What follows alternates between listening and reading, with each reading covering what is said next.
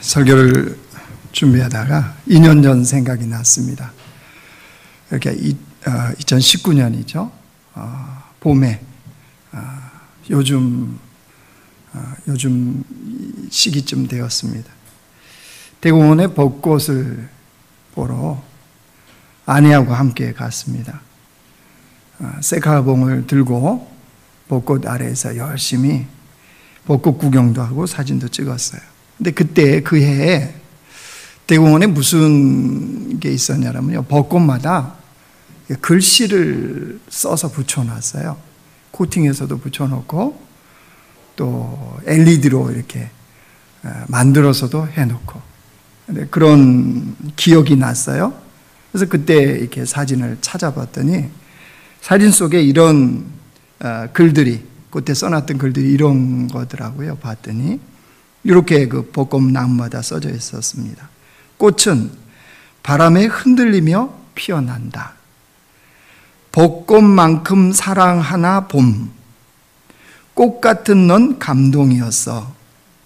핑크한 하루. 지금까지 이런 꽃은 없었다. 꽃 같다고 전해라. 뭐 이런 여러 가지 내용들이 벚꽃나무마다 다 이렇게 걸려져 있었습니다. 근데 사람들이 거기서 이제 사진을 찍는데, 우리들의 마음과 또 우리들이 가장 많이 듣고 좋아하는 글귀가 하나 있었습니다. 이 사진은 본인의 허락을 맡아서 여러분에게 보여드림을 알려드립니다. 보여주세요. 예. 꽃길만 걷자. 이 글씨였어요. 이런 식으로 이제 벚꽃에 붙어져 있는 거예요. 저런 글씨들이. 꽃길만 걷자. 사실 우리 인생의 간절한 마음에 대변해주는 글씨이기도 하죠. 사실 인생이요, 행복하길 원하는 거 전혀 이상 없습니다. 꽃길만 걷고 싶은 그 마음 이상 없어요. 왜 그럴까요? 하나님이 그렇게 우리를 창조하셨어요. 행복하길 원하고 행복을 추구하도록 주님이 우리를 만드신 겁니다. 그러니까 그거에는 문제가 없어요. 그런데 이게 문제예요. 우리가 죄로 타락했잖아요. 그 다음부터 문제가 생겼어요. 그러니까 행복하길 원하는 이 마음과 우리의 이 죄성이 딱 만나잖아요. 그럼 그때부터 이제 행복이 왜곡이 됩니다. 삐뚤어지기 시작해요. 행복하길 원하는 마음과 죄성이 딱 만나니까 사람이 행복이 자기중심적이 됩니다. 굉장히 자기중심적이에요. 한번 볼까요? 결혼하잖아요, 사람들이. 왜 결혼합니까? 여러분 다 솔로세요? 행복하기 위해서 결혼하잖아요. 그렇죠? 그래서 행복을 꿈꿉니다. 행복하기를 원합니다. 근데 살다 보면 그렇게까지 행복해지던가요? 아닐 때가 있잖아요. 그러면 우리의 죄성이 어디로 딱 튀어요? 왜 행복하려고 결혼했는데 행복 안 하느냐? 이 원인을 어디서 찾느냐? 상대방에게서 찾아요. 나는 행복하려고 결혼했다는 거예요. 근데 당신이 행복하게 안 해준다는 거예요. 이게 우리의 모습이에요. 또 행복을 누릴 권리가 있다 생각합니다. 그런데 그거를 안 채워줘요. 누가? 사회가, 국가가. 그러니까 그거에 대한 우리 안에 원망이 나옵니다. 그래서 사람들의 삶을 보면요, 자기가 원하는 행복의 조건을 만들기 위한 삶을 살아가요. 내가 원하는 행복의 조건이요. 여러분, 요즘 그 기업하시는 분들이나 소위 회사의 임원들이 너무 힘들다는 거예요. 왜? 밑에 직원들하고 대화가 안 된대요. 옛날에는 그래도 좀 상사 눈치 보고 퇴근 안 했나요? 휴가 내도 좀 회사 일정이라든가 상사들의 그런 휴가 일정도 보고 휴가 냈잖아요. 그죠? 요즘은 전혀 안 그런답니다. 소확행 아시죠? 소소한 곳에서 확실한 행복. 요즘 세대가 그래요. 그러니까 얼마나 이게 참 그렇습니까? 왜 이런 현상들이 일어나죠? 행복이 내 중심적이에요. 내가 원하는 행복을 만들고 싶은 거예요. 여러분, 예수 믿는 사람들 행복한 거, 행복하게 살려고 하는 거 전혀 이상한 거 없습니다. 여러분, 예수 믿는 사람이 좀 고생 덜 한다고 죄인가요? 아니죠. 예수 믿는 사람이 좀 경제적인 부를 누리는 거 죄인가요? 아닙니다. 예수 믿는 사람이 좀 여유 있는 집에서 좀 살고 싶은 거, 이거 이상할 거 하나도 없습니다. 근데 문제는 이겁니다. 하나님은 무엇이라고 하실까?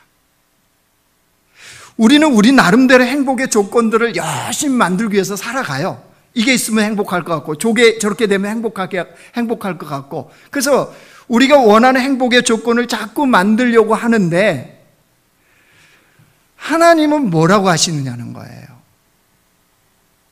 이게 중요하지 않겠어요? 우리가 행복 만들기, 내가 원하는 행복 만들기에 초점을 맞추면요, 그 꽃길만 그래서 걷고 싶어 할 때부터 인생은 문제가 생기기 시작합니다. 왜 그럴까요? 내가 원하는 조건으로 인생을 해석하기 시작하거든요. 내가 원하는 조건으로 인생의 가치와 의미를 두고 살거든요. 그러니까 거기 안에, 범주 안에 들어오지 않는 거는 다 나를 힘들게 하고 괴롭게 하고 어렵게 만드는 것들이에요. 전혀 그런 부분들을 이제 보려고 하지 않아요. 여러분, 우리가 기억해야 될 게, 하나님이 우리가 생각하는 꽃길만 걷도록 허락하지 않는다는 사실이에요. 인생은 때로는 폭풍이나 비바람이 치는 그 길을 갈 때가 있어요. 여러분, 하나님이 우리 인생을 그렇게 이끌어 가세요. 우리는 사실 꽃길을 원하는데, 더 정직하게 얘기하면요, 하나님이 꽃길이 아닌 좁은 길, 가시밭길로 우리를 이끌어 갈 때가 훨씬 많습니다. 그러면 우리는 이것을 어떻게 해석하고 왜 주님은 그러시냐는 거예요. 주님은 분명한 진리를 우리가 인식하고 살기를 원하세요. 무엇을요? 그리스도인은 무엇이 행복의 조건이냐는 거예요. 여러분, 예수 믿는 사람은 뭐가 행복의 조건일까요? 뭐가 도대체 우리가 원하는 그 꽃길과 주님이 원하는 그것과 도대체 뭐가 다르냐는 거죠. 이걸 알아야 되지 않겠습니까? 그래서 오늘 말씀을 통해서 그리스도인은 무엇이 행복의 조건이 되는지 그걸 분명하게 인식하고 우리가 그 삶을 살아가기를 원합니다. 본문은 이런 내용입니다. 이스라엘 백성들이요, 출애굽을 했습니다. 그리고 홍해를 건넜습니다. 그 이유를 기록하고 있어요. 여러분, 홍해를 건넜을 때 이스라엘 백성들 얼마나 감동했을까요? 아마 감격이었을 겁니다. 여러분, 우리가 만약에 우리 교회가 한강으로 소풍을 갔는데 한강을 건너가고 싶은 거예요. 근데 하나님이 한강을 쫙 가르고 거기로 우리가 한번 건너갔다고 생각해 보십시오. 그것도 마른 땅을 밟고. 어떤 이야기가 회자될까요? 아마 제가 보기에는 몇 년 동안 이야기할 겁니다. 그때 그랬지, 2021년도에 봄 소풍에 우리가 한강 건넜잖아. 그 사이 갈라진 길, 그것도 마른 땅. 여러분, 이스라엘 백성들이 지금 그런 거예요. 얼마나 감격했겠습니까? 더구나 그 당시에 최강이었던 애국 군대요. 어디에요? 홍해 속에 완전 수몰시켜버렸잖아요. 누가? 하나님이. 하나님의 그 손길을 지금 이스라엘 백성들이 본 겁니다. 그 기적을 경험했으니 모세나 이스라엘 백성들이나 당연히 하나님을 찬양하겠죠. 미리암이나 또 이스라엘 여인들은요, 속옷치고 춤추면서 여호와를 찬양했습니다. 자, 그런데 그 감격이, 그 감동이 채 사라지기도 전에 어떤 일이 벌어졌나요? 22절 한번 보십시오.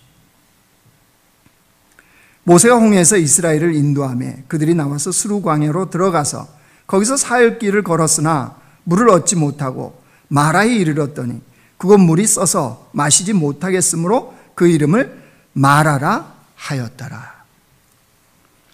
홍해에 나와서 3일 길을 걸었는데 이게 수루 광야입니다. 광야니까 어떻겠습니까? 물이 당연히 없죠. 그러니까 광야 아니겠습니까? 물이 없는 광야를 3일 길 걸었으니 이 이스라엘 백성들 얼마나 힘들었겠습니까?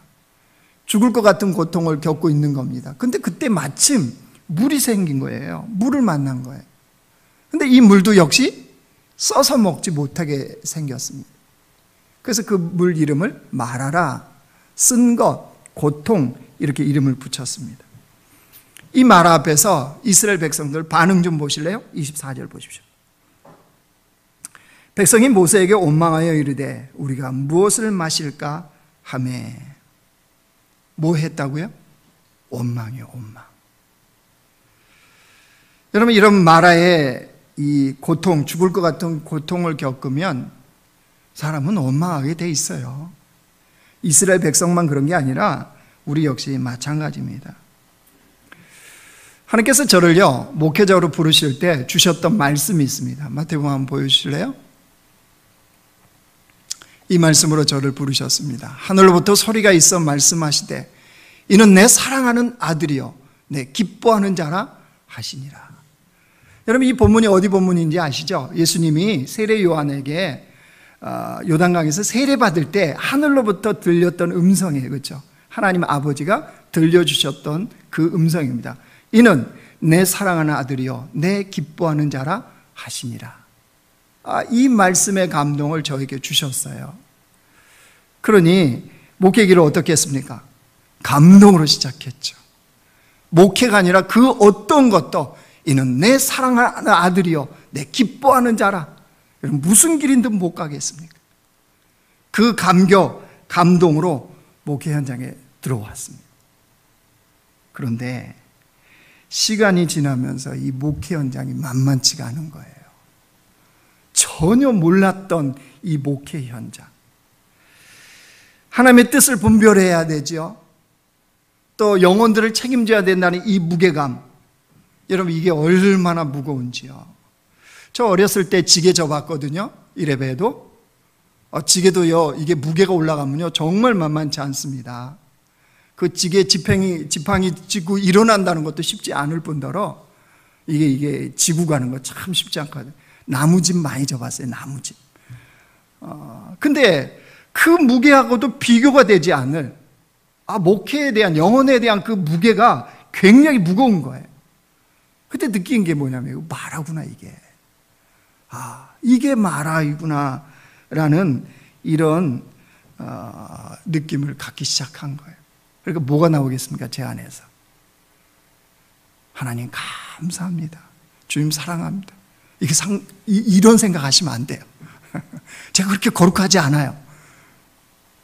이 무게감이 눌리니까 하나님을 향해서 원망이 나오는 거예요. 무슨 원망이요? 하나님, 이러려고 부르셨습니까? 이러려고 목회시키셨습니까? 이런 불평이 제 안에 나왔어요. 나중에 제가 알았어요. 그 말씀을 끝까지 봤어야 되는데 거기까지만 제가 봤어요. 성경 말씀은 전후 문맥을 잘 봐야 된다고 그러잖아요. 그래서 나중에 목회하면서 그 본문을 다시 봤더니 그 본문이 끝나자마자 다음 본문이 바로 뭐냐면 예수님이 성령의 이끄심을 받아 광야로 들어가서 40일을 금식하고 마귀에게 시험을 받으시더라. 내가 그걸 봤어야 되는데 그건 못 봤죠. 그러니까 무슨 생각이에요? 주님으로 인하여서 주님이 나를 쓰신다면, 나를 붙드신다면 내가 그 꽃길을 가리라, 이 생각 안 했겠습니까? 나중에 이제 목회하면서 보니까 그 뒤에 본문이 거기에 있다는 것을 나중에 알았어요.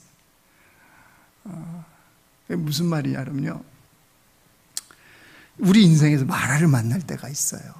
방금 전에 홍해 건너왔는데, 그잖아요? 그런데 그 마라를 만날 때 우리가 기억해야 되는 게 있어요. 하나님의 인도하심으로 마라에 왔다는 거예요.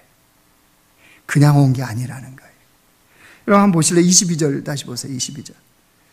모세가 홍해에서 이스라엘을 인도하매 그들이 나와서 수르 광야로 들어가서 그랬죠. 모세가 이스라엘 백성들을 이끌어가는 거, 누가 지금 사실 이끌어가는 거예요? 하나님이 모세를 통해서 이끌어가시는 거잖아요. 그러니까 그러니까 이 광야도 사실은 누가 인도하신 거예요? 하나님께서요. 하나님께서. 마라도 주님이 이끄신 거예요. 근데 주님 목적이 있지 않겠어요? 예, 목적이 있습니다. 25절 보세요. 25절. 하반절부터 보세요. 거기서 찾으십시오. 거기서 25절. 거기서 여호와께서 그들을 위하여 법도와 율례를 정하시고 그들을 시험하실세. 왜 수르광야 이 마라를 만나게 하셨다고요? 그들을 시험해 하셨다는 거예요. 시험. 주님이. 무슨 시험이요? 여러분, 이 마라는 하나님이 이스라엘 백성들 뭘 시험하신 거냐면요, 마라에 반응하는 이스라엘의 점수를 보게 하시는 거예요. 즉 환경이라는 광야를 만나면 그 내면에서 어떻게 반응하시는지 자기 자신들을 철저하게 보게 하시는 거예요. 환경이 조금만 힘들면 원망하는 이스라엘 백성들의 점수요. 그죠? 우리도 마찬가지잖아요. 그죠? 목회가 힘들다 그래서 제가 죽었습니까? 아니잖아요. 그죠? 근데 조금 힘들면 이 안에 막 원망하고 싶은 마음이 드는 거예요. 그게 우리 자신, 이스라엘 백성이나 우리는 똑같더라는 거예요. 나 자신을 보게 만드는 거예요. 네가 아무리 목사 타이틀을 갖고 뭘 어떻게 해도 너 역시 똑같아. 그렇게 연약한 자야. 하나님의 은혜 없이는 살 수 없는 존재야. 이거를 철저하게 보여주시는 거예요. 근데 더 중요한 게 있어요, 여러분. 더 중요한 게. 인생에 그런 마라 만날 수 있거든요. 근데 더 중요한 게 있어요. 하나님이 하신 일을 한번 보실래요? 25절 다시 보세요. 모세가 여호와께 부르짖었더니 여호와께서 그들에게 한 나무를 가리키시니 그가 물에 던지니 물이 달게 되었더라. 쓴물을 단물로 바꿨죠. 마라를 고치셨잖아요. 하나님이 마라를 고치세요. 뭘 말씀하시냐면요, 인생에 마라 만나도 걱정하지 말라는 거예요. 왜요? 마라에서도 하나님의 은혜는 여전히 작동하고 있기 때문입니다. 홍해에서만 주님의 은혜가 작동하는 게 아니에요. 그 죽을 것 같은 광야에도, 마라에도 하나님의 은혜는 여전히 작동하고 있다는 거예요. 주님이 말씀하시는 거예요. 뭐를요? 믿는 자의 행복의 조건, 환경이 아니라는 거예요. 믿는 자의 행복의 조건은 환경에 달린 것이 아니라는 거예요. 여러분, 인생의 마라를 만나도 그 마라에서 하나님이 나의 하나님이 되어 있으면요, 얼마든지 행복할 수 있습니다. 마라에서도 행복이 가능하다니까요. 그러니까 인생의 마라냐 아니냐 이것을 우리는 따져야 되는 백성들이 아니고요, 그 인생의 마라에서 하나님의 은혜를 내가 어떻게 누릴 것인가, 이것이 우리의 관심이 돼야 돼요. 여러분, 그래서 인생의 마라 만나면요, 다른 거 아니에요. 하나님 말씀, 약속의 말씀을 붙잡고 그 길을 가는 거예요. 그러면 여호와께서 예비하신 그 은혜를 우리는 누리는 거예요. 아브라함 생각해보세요. 아브라함 75세 하나님의 부르심을 받잖아요. 그래서 100세에 이삭을 낳죠. 그 인생의 25년의 여정, 여러분 얼마나 힘들었겠습니까? 아브라함도 사실은 그 마라와 같은 인생을 걷는 거거든요. 근데 아브라함이 뭘 잘했을까요? 그 말씀을 로마서가 이렇게 기록해요. 로마서 4장 보여주세요. 로마서 4장 우리 같이 한번 읽을까요? 시작. 아브라함이 바랄 수 없는 중에 바라고 믿었으니 이는 내 후손이 이같으리라 하신 말씀대로 많은 민족의 조상이 되게 하려 하심이라.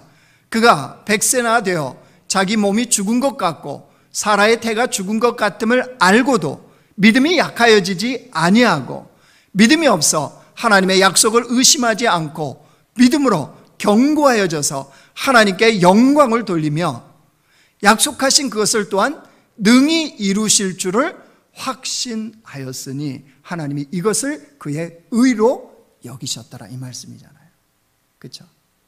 그러니까 아브라함이 어떤 길을 걸은 거예요? 인생의 마라에서 하나님의 약속의 말씀을 붙잡고 갔다는 거예요. 여러분, 그냥 보여지는 25년이죠. 사실은 아브라함은 그 속에서 여호와의 은혜를 누려요. 좌충우돌할 때도 많았죠. 아내를 누이라고 속이었다가 빼앗기기도 하고, 그렇잖아요. 이런 많은 일들이 있었지만 아브라함이 결국은 여호와의 그 은혜를 충만하게 누리, 그러니까 이삭을 바치는 게 가능하죠. 여러분, 인생의 마라 우리 만날 때 있어요. 아니, 인생에서 훨씬 많습니다. 꽃길 걸을 때보다. 그때 우리가 기억해야 돼요. 인생의 마라에서 하나님의 은혜를 누려야 돼요. 마라에서 주시는 하나님의 은혜가 있어요. 쓴 것을 단 것으로 바꾸시는 하나님이에요. 자, 그런가 하면 우리 인생에 항상 마라만 있는 게 아니에요. 그다음 뭐가 기다려요? 엘림이 있어요, 여러분. 하나님이 엘림으로도 우리를 이끌어 가세요. 27절 가보실래요? 자, 우리 같이 한번 읽습니다. 27절 시작. 그들이 엘림에 이르니 거기 물샘 12과 종려나무 70그루가 있는지라 거기서 그들이 그 물 곁에 장막을 치니라. 광야에서 만난 오아시스죠. 물샘이 12이요 종려나무가 70그루라. 뭘 나타내는지 아시겠죠? 이스라엘의 12지파 완전한 수 7 곱하기 10. 이렇게 이게 완전하다는 거예요. 이게 무슨 말이냐 그러면요, 지금 엘림은 마치 천국처럼 그 풍요롭고 완전한 그 상태, 이거가 바로 엘림이라는 거예요. 자, 그러면 하나님이 왜 이스라엘 백성들을 엘림으로 인도하셨을까요? 마라이더니 그 다음에 엘림이에요. 왜 그러셨을까요? 이스라엘 백성들을 위로하는 거예요. 즉, 이 광야 같은 인생길에서 하나님이 주신 엘림은 선물인 겁니다. 하나님의 선물. 여러분, 하나님의 선물을 만나면 어떻게 해야 되죠? 어떻게 하시면 됩니까? 누리시면 돼요. 그거 가지고 내가 누리면 죄가 아닌가? 그러실 필요 없어요. 여러분, 집이 막 20억, 30억 올랐다. 그러면 어떻게 해야 돼요? 이거 11조 그런 고민하지 마세요, 제발. 그리고 집이 막 부담이 돼. 그냥 엘림이에요, 엘림. 여러분에게 주신 선물이에요. 내 선물을 받았을 때는요, 그냥 충분히 주님 안에서 감사하며 누리면 돼요. 여러분, 요셉도 보십시오. 요셉이 형들에 의해서 애굽의 노예로 팔리죠. 그래서 애굽에서 뭐 합니까? 노예 생활하고 감옥 생활합니다. 그러다가 하나님의 때가 이름에 그를 애굽의 총리가 되게 하시죠. 하나님의 선물이잖아요. 요셉도 고백합니다. 창세기 41장 보여주실래요? 자, 제가 읽을게요. 요셉이 그의 장남의 이름을 이제 애를 낳았어요. 그랬더니 므낫세라 하였으니 하나님 내게 내 모든 고난과 내 아버지의 온 집 일을 잊어버리게 하셨다 하며 차남의 이름을 에브라임이라 하였으니 하나님이 나를 내가 수고한 땅에서 번성하게 하셨다 함이었더라. 요셉 뭐 했다고요? 주님이 주시는 것 충분히 감사하며 누리는 거예요. 그러니까 인생의 엘림 만나면요, 누려요. 그리스도인들의 약점 중에 또 하나예요. 하나님이 주신 것을 누리지를 못해요, 도대체. 또 고난에 들어가면 죽겠다 그러고, 좋은 곳으로 갖다 놓으면 죄책감에 또 눌리고. 그럴 필요가 없어요. 여러분, 엘림을 주시면 주님 안에 선물을 충분하게 누리면 돼요. 그런데 기억해야 될 게 있어요. 엘림을 만났을 때. 엘림은요, 영원히 그 자리에 있는 게 아니에요. 잠깐 머무는 것이에요. 16장 1절 와보세요. 꼭 뒤에까지 여러분 보셔야 돼요. 그렇죠? 저처럼 실수하시면 안 돼요. 16장 1절 보세요. 이스라엘 자손의 온 회중이 엘림에서 뭐 했다고요? 떠나. 엘림은 영원히 있는 곳이 아니란 말이에요. 왜 그럴까요? 엘림은 가나안 땅이 아닙니다. 하나님의 약속의 땅이 아니에요. 엘림은 과정입니다. 과정. 그러니까 인생에서 여러분 엘림 같은 이런 상황을 만났습니까? 과정이에요. 그러니까 결론 삼으면 큰일 나요. 왜요? 엘림을 따르면 이제 난리치는 거거든요. 하나님께. 하나님 뭡니까? 줬다가 뺐습니까? 왜 내게 다시 이런? 과정이에요. 과정. 그러니까 엘림에 있을 때 충분히 누려요. 누리고 감사하시고 그 다음에 이건 과정이지, 이게 내 인생의 결론이 아니지, 여러분 그렇게 생각하시면 돼요. 거기는 가나안 땅이 아니기 때문입니다. 인생이 언제 왜곡되냐? 엘림을 결론 삼으려고 할 때. 그죠? 이 땅에 나의 삶을 결론 삼으려고 할 때부터 문제가 생기잖아요. 중요한 건 이거예요. 하나님이 이끌어 가시면 마라에도 여호와의 은혜가 있고요, 엘림에도 여호와의 은혜가 있어요. 한번 보실래요? 26절 여러분 한번 봐보세요. 주어가 누군지를 찾으면서 동그라미 쳐보십시오. 26절이요. 제가 읽을게요. 이르시되 너희가 너희 하나님 나 여호와의 말을 들어 순종하고 내가 보기에 의를 행하며 내 계명에 귀를 기울이면 내 모든 규례를 지키면 내가 애굽 사람에게 내린 모든 질병 중 하나도 너희에게 내리지 아니하리니 나는 너희를 치료하는 여호와임이니라. 주어가 다 누굽니까? 하나님이잖아요. 하나님. 여호와의 인도하심을 따라가면 어떤 위협도 안전하다는 거예요. 주님 그거 강조하시는 거예요. 그러니까 우리가 하나님을 믿는 백성이라면요, 주님은 홍해 같은 큰 물도 다스리는 하나님인가 하면 이 마라 같은 작은 물도 주님은 다스리고 계세요. 중요한 것은 주를 믿는 백성들은 마라에서도 행복하셔야 돼요. 엘림에서도 행복하셔야 돼요. 이게 주를 믿는 백성이에요. 그러니까 이걸 정말 깨달으면요, 내 인생이 지금 마라냐 엘림이냐, 나는 엘림 만나고 싶어, 엘림에만 있고 싶어, 이거 집착하지 않아요. 정말 주님을 제대로 믿으면 마라라는 환경, 엘림이라는 환경, 여기에 집착하지 않아요. 부활을 믿는 주의 백성들, 하나님을 정말 믿는 백성들은 환경이 마라냐 엘림이냐 이걸 따져야 되는 게 아니고요, 여호와의 인도하심이 있느냐 없느냐, 여러분 이걸 살피셔야 돼요. 엘림이어도요 여호와의 인도하심이 있으면 되고요, 마라여도요 여호와의 인도하심이 있으면 돼요. 그러면 모든 게 감사할 수 있고요, 모든 게 하나님은 은혜로 바꿔내실 수 있는 거예요. 근데 이걸 깨닫지 못하니까 우리는 못 따지죠? 환경과 상황 따지죠. 마라 싫은 거예요. 왜 내 인생에 마라냐는 거예요. 하나님 엘림만 달라. 3살짜리 아이가 자기가 먹고 싶은 거, 그렇죠? 그런 것만 달라는 것과 똑같은 거예요. 그럼 그래서 애가 크나요? 엄마 아빠가 애가 원하는 것만 주나요? 절대 그렇지 않죠. 그래서는 안 크죠. 그가 건강하게 클 수 있는 것을 엄마 아빠는 주는 거 아니겠습니까? 그러니까 환경이 문제가 아니에요. 거기에 여호와의 인도하심이 있으면 우리는 괜찮은 거예요. 말씀을 정리하겠습니다. 여러분 지금 우리의 인생이 어디에 있는 것 같습니까? 하나님 나를 어디로 지금 이끌어 가시나요? 마라로 이끌어 가고 있습니까? 아니면 엘림으로 이끌어 가고 있습니까? 분명한 건 마라여도 괜찮고 엘림이어도 괜찮습니다. 왜요? 하나님이 이끌고 계시기 때문에 마라에도 여호와의 은혜가 있고 엘림에도 여호와의 은혜가 있다는 사실이에요. 그래서 우리는 항상 집중해서 봐야 될 것은 이 문제에, 이 축복에 여호와의 인도하심이 있느냐 없느냐. 여러분 이게 있으면요 그리스도인들은 이런 삶을 살아가요. 사도 바울이 고백했던 이 삶이요. 고린도후서 6장 보이실래요?